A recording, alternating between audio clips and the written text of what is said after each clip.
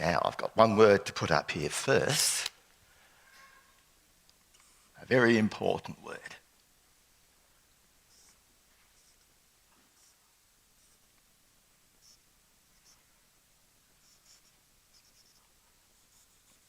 That spells dinner.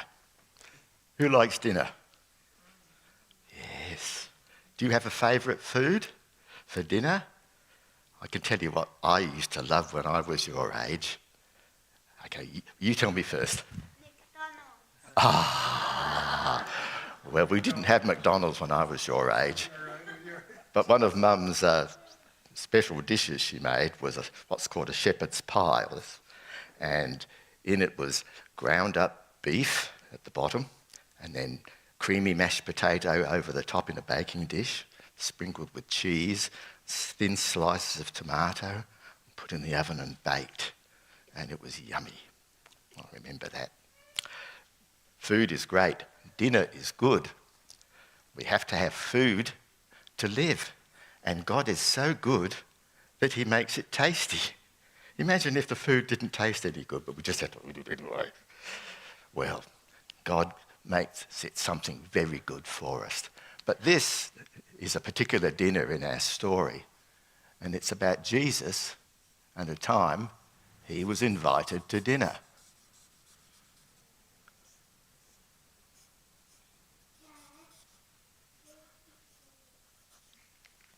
Now, this is how it happened. Jesus and his disciples, he had 12 followers called his disciples because he was teaching them, and they were coming to the village of Bethany, and they had friends there. Jesus had some friends there, and we've heard about them in the last few weeks. You might remember the story about the man called Lazarus who died and was brought back to life again by Jesus. Well, it's the same village and the same family. But this was an earlier story. Jesus came to the village and a messenger arrived at the house of these two sisters. There was one lady, one sister. Maybe she was the older one, I'm not sure. The Bible doesn't tell us that. There was Martha, and her sister starts the same way, interestingly. Her sister's name was Mary. So a messenger arrived at the door and knocked on the door and said, "Jesus is coming." "Oh," says Martha, "Jesus and his 12 disciples, that will be 13 extra people for dinner. We've got to get all ready." So the sisters started getting the house ready, sweeping the floors, getting the chairs and tables ready, and cooking enough food for the 13 extra people that were coming for dinner. This is Martha here. She's busy, and so was Mary, I'm sure. But they're busy. Now, when Jesus arrived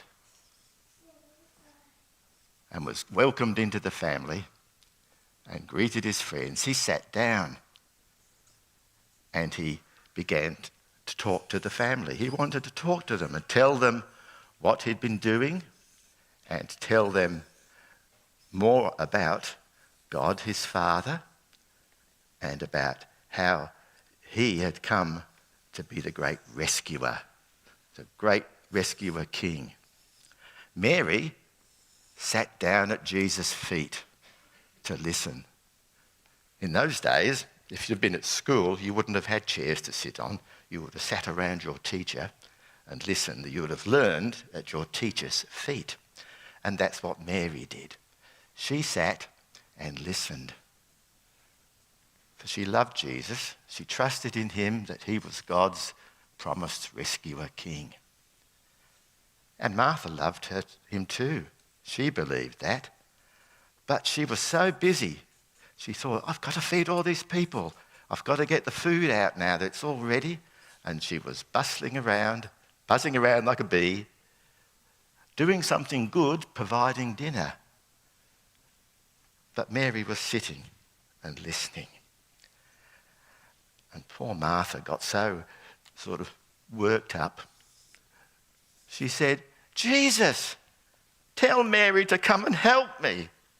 I'm so busy." Jesus very gently told her, "Martha, Martha, you're worried about many things, and dinner is good, but Mary's chosen the best part, to sit and listen. You come and join us." Of course, there were other people there. We'll pretend these are the other 12 disciples. I'm just going to put them in the background. Listen, and then we'll have dinner. Dinner will be just as good for waiting a little. Well, Jesus said, only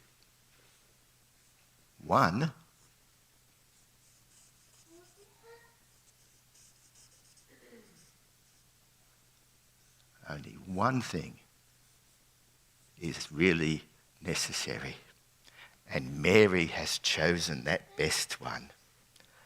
So, what is it? It's to sit at Jesus' feet.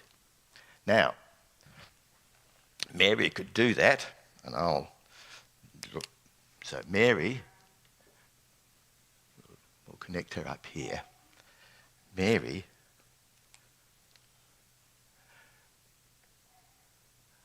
was looking for dinner with Jesus. He was the focus. Martha, on the other hand, is busy Martha. She was thinking of dinner for Jesus. Now, they're both good. To do everything we can for Jesus, for his people, to tell others about him, to worship him, is very good. But to listen to him, to be with him, is the better part. Now, can we sit at Jesus' feet now, today? Can we do that? I can't, because he's in heaven. But there is a way that we can, because God has given us something very, very special. He's given us his words written down in a book by people that he gave that job to. People like Matthew and Mark and Luke and John and Paul and all the prophets, Moses behind years ago. So in his word, the Bible, that's how we can sit at Jesus' feet now. Now, some of you, of course, have already learnt to read. Oh, these Bibles are heavy. And if you know how to read, and some of you can read the Bible for yourselves.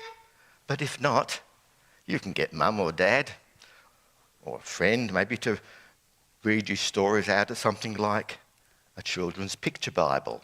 Now, this one's interesting because it's actually got the story of Mary and Martha and the dinner with Jesus. Let me find it here. There you can see busy Martha racing around, and there's Mary sitting at Jesus' feet. Now, I think after dinner, they probably all helped clear up, put the tables away, and all the rest, and I think Jesus would have been helping too. But the best thing, the first thing, was for them to listen to what Jesus had to tell them.